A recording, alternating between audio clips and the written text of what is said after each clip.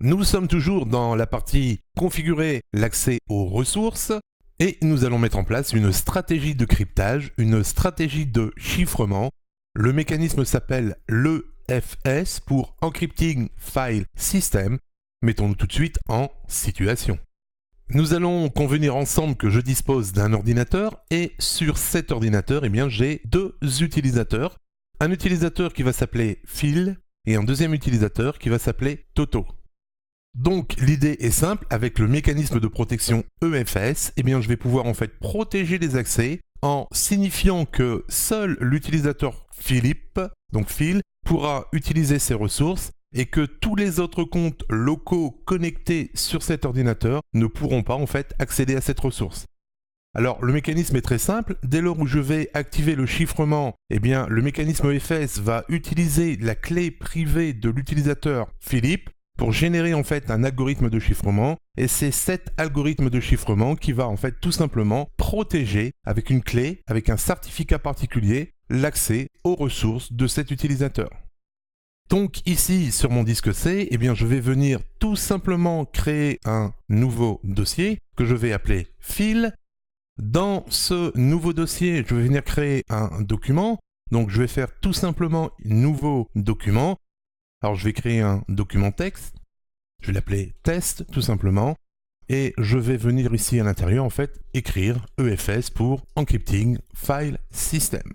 Je vais enregistrer ce document et vous allez voir en fait en faisant un clic droit sur propriété et en allant en fait dans le petit bouton avancé ici, je peux activer le mécanisme de chiffrement. Alors j'active ce mécanisme de chiffrement, je fais OK, appliquer. Voulez-vous chiffrer le document, la totalité, ou uniquement en fait le répertoire qu'il contient ou les éléments qui se trouvent à l'intérieur de ce répertoire? Je fais OK. Le système en fait me crée automatiquement une clé de chiffrement et associe cette clé de chiffrement à un petit certificat.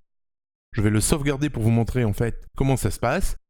Vous voyez, on a le petit certificat avec l'assignation en fait du mécanisme de chiffrement. Je fais suivant. Je vais donc sauvegarder ce certificat.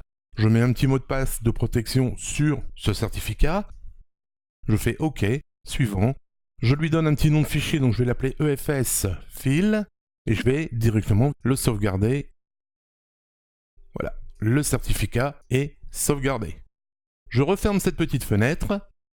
Alors juste avant de me connecter avec le deuxième compte, je vais quand même vous montrer que dans l'empreinte de ce petit document que j'ai créé dans File ici, test, je vais refaire un clic droit, propriété, avancer, et vous allez voir ici dans détail, on voit bien évidemment que ce mécanisme est protégé avec un certificat de protection, un mécanisme de chiffrement. Je vais faire OK.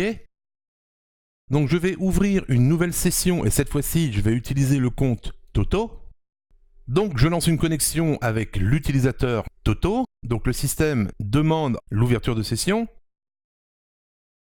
Au bout de quelques secondes, l'ouverture de session est réalisée et je vais donc retourner dans l'explorateur ici en faisant clic droit explorateur de fichiers. Je vais retourner au même endroit où nous avons créé en fait le document et voici donc le document texte et alors vous allez voir, j'ouvre ce document, donc je vais double-cliquer dessus. Et je n'ai pas d'accès puisque ce document est protégé par le mécanisme de chiffrement EFS. Donc ce mécanisme permet de protéger les accès aux documents sur un ordinateur partagé par différents utilisateurs.